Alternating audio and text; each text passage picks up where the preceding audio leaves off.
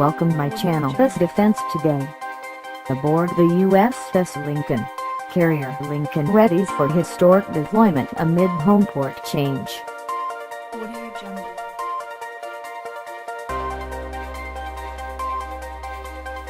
Aboard the USS Abraham Lincoln, in driving rain and rolling seas, the FA-18E Super Hornets and AH-18G Growlers from Strike Fighter Squadron 25 and Electronic Attack Squadron 140 take off and land on the flight deck of the carrier Abraham Lincoln, training for a historic deployment with the Navy's newest combatant command, the 2nd Fleet.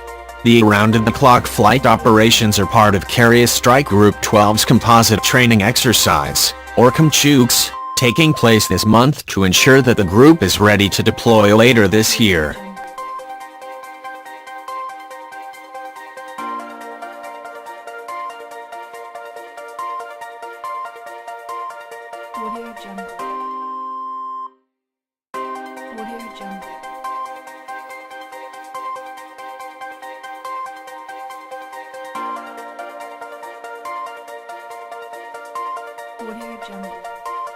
Carrier Strike Group 12 will deploy while the fleet is working toward full operational capability, expected by the end of the year. On board Abraham Lincoln, commanders wouldn't discuss the timeline for deployment or the COMCHUX's training scenarios. Tight lips are part of the Navy's dynamic force employment efforts, a strategy designed to move forces around without telegraphing operational intent to potential adversaries. Last year, the Harry S. Truman Carrier Strike Group became the first to deploy with the new strategy, departing for a standard deployment, then returning to port 3 months later before leaving again for operations near the Arctic Circle, a place a carrier group hadn't gone since the early 1990s. The idea is to create a surface navy that is more agile and unpredictable, service officials said. What is known is that the Abraham Lincoln Strike Group will deploy, and it will move sometime this year to San Diego, to replace the carrier Carl Vinson, also a Nimitz-class vessel, which is heading to Bremerton, Wash. The carrier John C. Stennis will leave Bremerton and move to Norfolk, Virginia, for a midlife refueling and overhaul similar to the one the Lincoln just completed. According to the Lincoln's leadership, efforts are well underway to move a portion of the 6,000-member crew and families to San Diego, where the ship is expected to end its deployment. We have an effective date, which is October 31, 2019.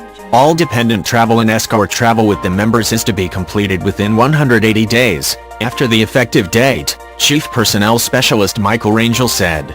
It's a lot for a ship's crew to handle, a newly refurbished vessel, Homeport change, new combatant command, and an unpredictable deployment schedule. But senior leaders say the crew, some of whom have never even made a port call, are readying for the challenge.